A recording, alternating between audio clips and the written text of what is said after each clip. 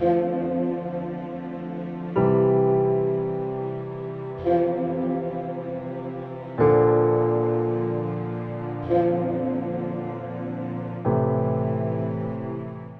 کلام میں سے ہمارے لیے آج کی تلاوت رسولوں کے اعمال 13 باب 44ویں سے 52ویں آیت۔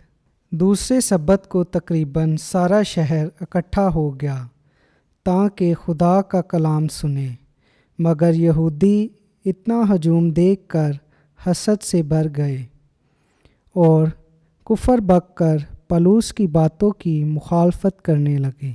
تب پولس اور برناباس دلیری کے ساتھ بولے کہ ضرور تھا کہ خدا کا کلام پہلے تمہیں سنایا جائے، لیکن اس لیے کہ تم اسے رد کرتے ہو اور اپنے آپ کو ہمیشہ کی زندگی کے ناقابل ٹھہراتے ہو، تو دیکھو ہم غیر قوموں کی طرف متوجہ ہوتے ہیں، کیونکہ خداوند نے یوں ہی ہمیں حکم دیا ہے کہ میں نے تجھے تعین کیا کہ غیر قوموں کے لیے نور ہو، تاکہ زمین کی انتہا تک تیرے ذریعے سے نجات پہنچے۔ غیر قوم یہ سن کر خوش ہوئے اور خدا کے کلام کی تعریف کرنے لگے، اور جتنے ہمیشہ کی زندگی کے لیے مقرر تھے ایمان لائے۔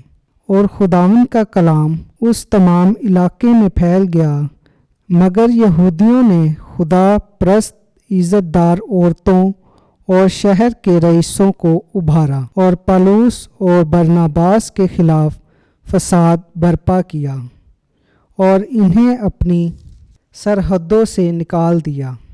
یہ اپنے پاؤں کی گرد ان کے خلاف جھاڑ کر کونیا کو چلے گئے، اور شاگرد خوش اور روح القدس سے معمور ہوتے رہے۔ پاک کلام کا پڑھا اور سنا جانا ہم سب کے لیے باعث برکت ہو۔ خدا کا شکر ہو، آمین۔